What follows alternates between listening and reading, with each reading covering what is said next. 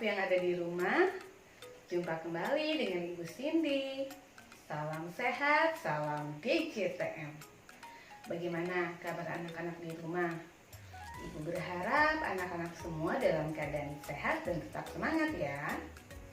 Nah, untuk memulai materi pembelajaran kita hari ini, ayo anak-anak, terlebih dahulu kita berdoa ya. Kita berdoa menurut agama dan keyakinan kita masing-masing.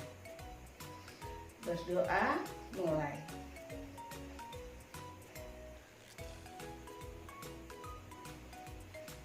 Berdoa selesai.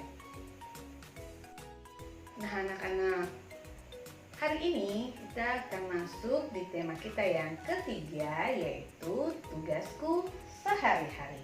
Dengan subtema kita yang pertama, yaitu tugasku sehari-hari di rumah. Nah, yang perlu anak-anak persiapkan sebelum kita memulai pembelajaran kita hari ini adalah buku mainannya dan alat-alat tulisnya. Oke? Anak-anak, di subtema kita yang pertama ini yaitu tugasku sehari-hari di rumah. Maka sekarang Ibu akan menjelaskan tentang materi kita, yaitu pembagian tugas di rumah. Ya, perlu anak-anak ketahui kalau setiap anggota keluarga itu mempunyai tugas dan tanggung jawabnya masing-masing, ya. Tapi anak-anak tahu tidak tugas anak-anak di rumah itu apa ya? Ya, tugas anak-anak di rumah itu adalah membantu orang tua, ya. Misalnya, membantu ibu membersihkan rumah, kemudian membantu menyiram halaman, dan membantu menyiapkan makanan. Ya, dan tugas kita terhadap saudara juga ada loh anak-anak. Misalnya yang punya adik, itu membantu dalam hal belajar. Ya, perlu anak-anak ingat ketika diberi tugas oleh orang tua, maka anak-anak harus melakukannya dengan bahagia dan penuh tanggung jawab. Dan dalam melaksanakan tugas juga, anak-anak harus saling menghargai satu dengan yang lainnya. Ya, anak-anak, coba sekarang perhatikan gambar yang Ibu tampilkan di situ. Ya, di situ ada Nina yang sedang menyiapkan makanan bersama ibunya. Sekarang Ibu ingin bertanya, adakah kegiatan Nina yang sesuai sila Pancasila? Ya, di situ sesuai sekali dengan contoh pengamalan sila kedua ya anak-anak, yaitu membantu orang tua. Ya, selain membantu orang tua, contoh pengamalan sila kedua Pancasila di rumah yaitu saling menyayangi antar sesama anggota keluarga dan saling menjaga satu sama lain. Nah, dengan begitu kehidupan kita akan menjadi damai ya di rumah. Ya anak-anak, di awal Ibu Cindy sudah menjelaskan bahwa setiap anggota keluarga itu memiliki tugas dan tanggung jawabnya masing-masing ya. Misalnya, ibu menyiapkan makanan, ayah membersihkan kebun atau halaman, dan anak-anak membantu pekerjaan rumah, yaitu dinamakan keberagaman tugas di rumah. Dan tugas anggota keluarga itu berbeda-beda, ya, disesuaikan dengan kemampuan. Ya, disesuaikan dengan kemampuan. Tidak mungkin anak-anak disuruh untuk mencari nafkah atau membersihkan selokan, ya. Pasti anak-anak diberi tugas hal-hal yang mudah, ya. Misalnya merapikan tempat tidur dan menyapu. Jadi pasti disesuaikan dengan kemampuannya. Dan setiap anggota keluarga juga harus saling bekerja sama. Kenapa? Agar pekerjaan lebih cepat selesai. Ya. Ya, seperti contoh gambar yang Ibu Cindy tampilkan, di situ seluruh anggota keluarga sedang mengadakan yang namanya kerja bakti, anak-anak ya. Nah, kerja bakti yang dilakukan bersama-sama membuat pekerjaan lebih cepat selesai dan membuat pekerjaan yang tadinya berat menjadi lebih ringan ketika dilakukan bersama-sama. Dan penting anak-anak ingat bahwa setiap tugas yang dilaksanakan itu harus sesuai dengan kemampuan anak-anak. Ya, tidak mungkin anak-anak yang membersihkan selokan. Ya, jadi itu tugasnya ayah dan anak-anak hanya mengerjakan tugas-tugas yang sesuai dengan kemampuan anak-anak. Oke? Baik anak-anak, sekarang kita lanjut di materi kita yang berikutnya, yaitu perilaku santun terhadap anggota keluarga di rumah. Ya, coba sekarang anak-anak mengingat kembali anggota keluarga yang tinggal di rumahmu. Ya, dalam anggota keluarga itu apakah ada yang usianya lebih tua? Dan apakah ada yang lebih muda juga dari kita? Ya, ayah, ibu, dan kakak adalah anggota keluarga yang usianya lebih tua dari kita. Sekali lagi, ayah, ibu, dan kakak adalah anggota keluarga yang usianya lebih tua dari kita. Sedangkan adik adalah anggota keluarga yang usianya lebih muda dari kita. Tapi bagaimana sih perilaku kita terhadap anggota keluarga, baik yang lebih tua maupun yang lebih muda?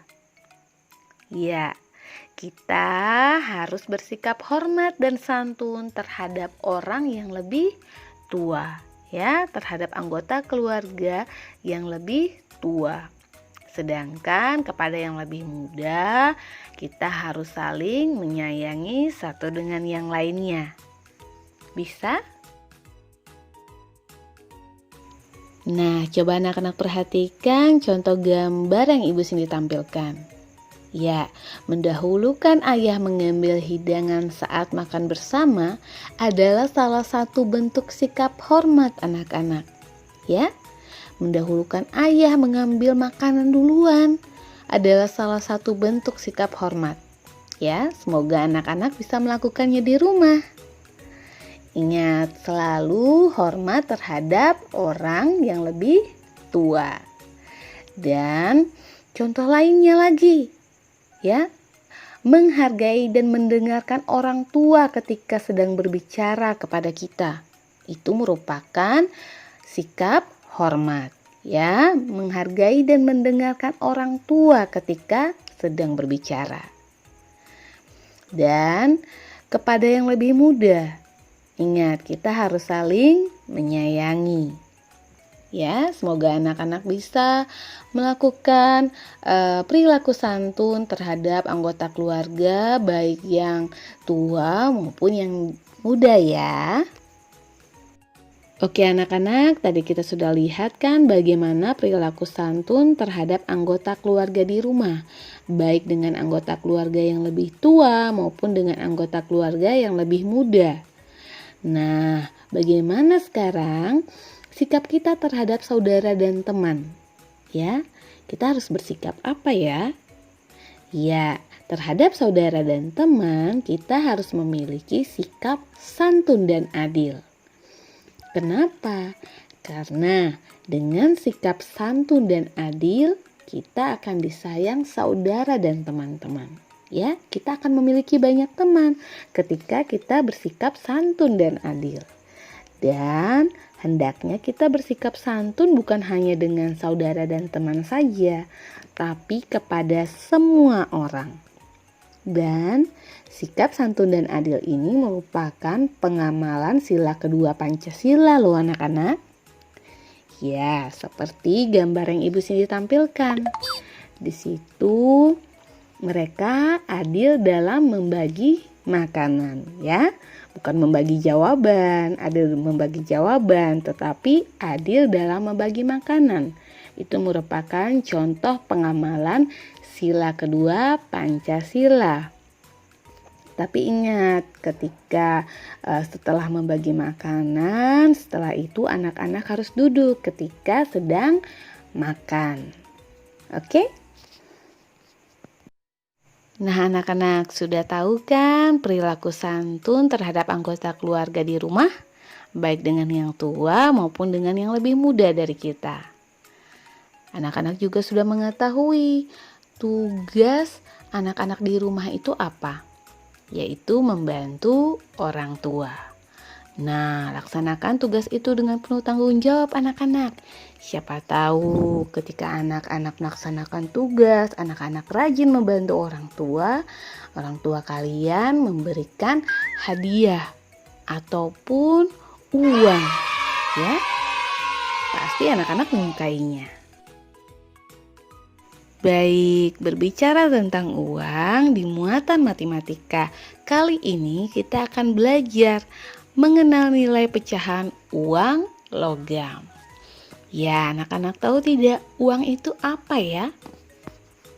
Ya, uang adalah alat untuk membayar, ya, alat untuk membayar atau membeli. Misalnya, membayar uang sekolah, kemudian membayar atau membeli makanan, dan lain-lain. Itu memakai uang. Tapi anak-anak tahu tidak mata uang Indonesia itu apa ya? Apakah dolar atau rupiah? Bukan, mata uang Indonesia adalah rupiah. Ya, mata uang Indonesia adalah rupiah. Disingkat dengan Rp. Dan anak-anak harus tahu ada 2 jenis uang di Indonesia, yaitu uang logam dan uang kertas.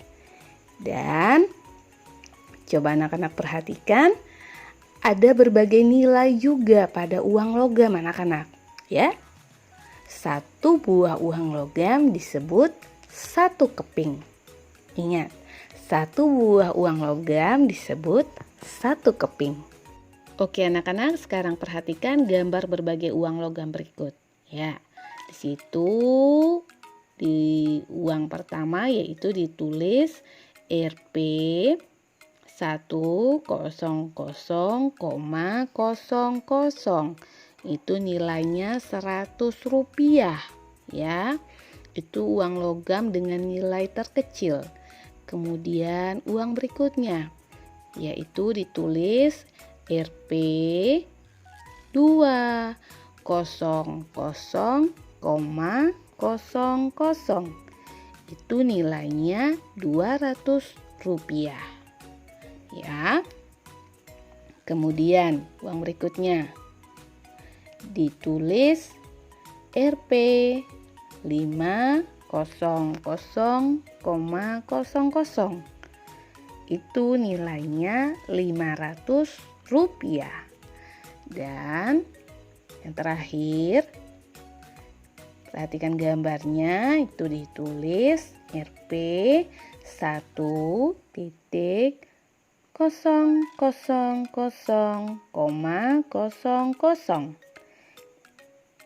Itu nilainya Rp1.000. Jadi ada 4 uang logam ya anak-anak ya.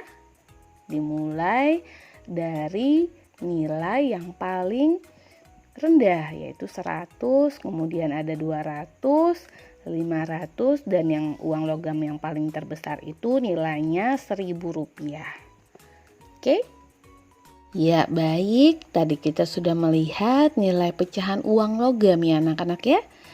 Nilai pecahan uang logam yang paling kecil tadi itu nilainya Rp100. Kemudian Rp200, ada Rp500, dan yang paling terbesar nilai pecahan uang logam yang paling besar adalah Rp1.000.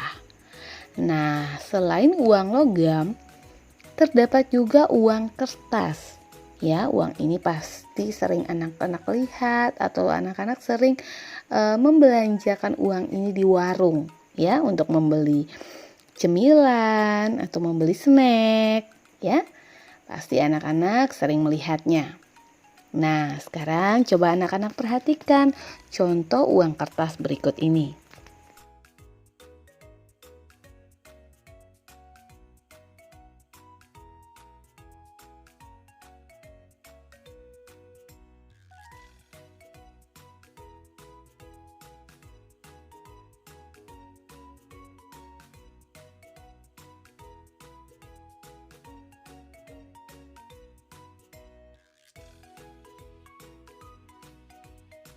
Nah, contoh uang kertas pertama yaitu uang Rp1.000, anak-anak.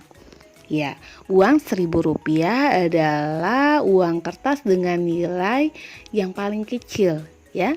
Rp1.000 pada uang kertas itu memiliki nilai yang paling kecil di sini, anak-anak. Kemudian ada uang Rp2.000. Kemudian ada Rp5.000, Rp10.000, Rp20.000, Rp50.000, dan yang paling terbesar itu ada nilainya Rp100.000. Jadi anak-anak perhatikan contoh uang-uang kertas yang Ibu sini tampilkan ya. Baik anak-anak, sekarang kita lanjut di materi yang berikutnya, yaitu nilai mata uang kertas dapat dibandingkan. Ya anak-anak ya, nilai uang dapat dibandingkan dan juga dapat diurutkan. Sebagai contoh, anak-anak perhatikan. Di situ ada nilai uang Rp2.000,00.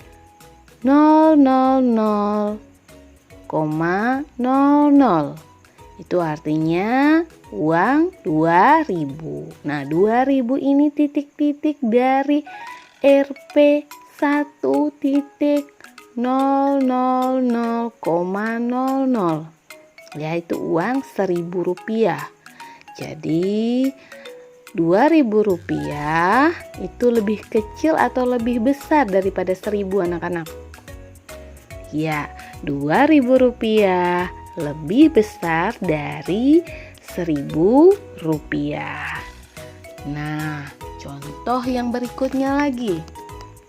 Di situ ada uang 1.000,00. Itu artinya uang Rp1.000. Rp1.000 itu titik-titik dari Rp5.000,00. Ya, itu artinya uang Rp5.000. Jadi Rp1.000 itu lebih besar atau lebih kecil dari 5.000? Ya tentu, Rp1.000 lebih kecil dari Rp5.000. Nah, sudah bisa kan membandingkan nilai mata uang kertas anak-anak? Semoga anak-anak sudah bisa ya. Nah, setelah dibandingkan, anak-anak juga dapat mengurutkan nilai uang kertas. Ya, nilai uang kertas yang seperti Ibu tampilkan di sebelumnya. Jadi ada uang, kita lihat urutannya dimulai dari yang terbesar. Di situ ada uang Rp10.000, Rp5.000, Rp2.000, dan yang terakhir adalah uang Rp1.000. Itu nilai urutan nilai uang mulai dari yang terbesar. Nah, kita lihat lagi urutan nilai uang kertas dimulai dari yang terkecil. Ya, di situ ada uang Rp1.000, Rp2.000, Rp5.000, dan yang terakhir yang paling besar adalah Rp10.000. Ya, setelah membandingkan, kita juga bisa dapat mengurutkannya anak-anak. Oke? Nah, anak-anak, tadi kita sudah melihat bagaimana membandingkan nilai mata uang kertas, ya. Sekarang kita lihat bagaimana cara membandingkan dan mengurutkan harga barang. sekali lagi, membandingkan dan mengurutkan harga barang. Uang digunakan untuk membeli barang, ya, membeli barang yang kita butuhkan. Barang yang dibeli kemudian kita bayar dengan uang sesuai harganya. Contoh, di situ ada buku. Nah, buku ini harganya Rp 2.000,00. Itu artinya buku itu harganya Rp2.000. Kemudian barang yang kedua adalah pensil. Nah, pensil ini harganya Rp 1.000,00. Itu artinya harga pensilnya itu Rp1.000. Nah, jika dibandingkan, kita lihat harga buku lebih mahal dari harga pensil, ya, karena harga buku itu Rp2.000 sedangkan pensil harganya Rp1.000. Nah, bagaimana harga pensil dari harga buku? Ya, harga pensil itu berarti lebih murah dari harga buku, anak-anak. Jadi begitu ketika kita membandingkan harga barang, pasti dengan cara lebih mahal dan lebih murah. Ya, kita lihat nilai atau harganya barang tersebut, ya. Oke, sekarang ayo anak-anak bandingkan harga benda-benda berikut. Yang pertama, manakah yang lebih mahal? Biskuit atau es krim? Ya, biskuit yang seharga Rp8.000 dengan es krim yang harganya Rp5.000. Manakah yang lebih mahal? Kemudian, manakah yang lebih murah, anak-anak? Antara susu yang harganya Rp4.500 dengan buah kaleng yang harganya Rp7.500 itu. Mana yang lebih murah? Tulis di buku tulisnya ya. Oke, tadi anak-anak sudah belajar kan cara membandingkan juga mengurutkan harga barang. Sekarang kita pelajari kembali ya. Sekarang anak-anak perhatikan contoh harga barang berikut. Yang pertama di situ ada jepitan. Jepitan itu harganya Rp2.000. Perhatikan ya. Kemudian barang yang berikutnya harganya Rp1.000. Dan barang yang ketiga adalah bando. Bando ini harganya Rp5.000. Nah, bagaimana membandingkannya? Ya, harga barang Rp2.000 itu lebih mahal dari harga Rp1.000. Ya, anak-anak ya. Harga barang yang Rp2.000 itu, yang jepitan itu lebih mahal dari harga yang Rp1.000, yaitu pita. Ya, jadi jepitan itu lebih mahal dari pita. Nah, harga barang Rp5.000 itu lebih mahal dari harga Rp2.000. Ya, sekali lagi, harga barang Rp5.000 lebih mahal dari harga Rp2.000. Jadi harga bando itu lebih mahal dari harga jepitan. Dan urutan harga barang dari yang paling murah adalah yang pertama itu Rp1.000. Itu harga barangnya ya. Pertama Rp1.000, kemudian Rp2.000, dan yang terakhir itu yang paling mahal adalah Rp5.000. Nah, sekarang urutan barang mulai dari yang paling murah, barangnya ya anak-anak ya. Tadi harganya, sekarang barangnya mulai dari yang paling murah. Yang paling murah itu berarti harga pita, yaitu Rp1.000.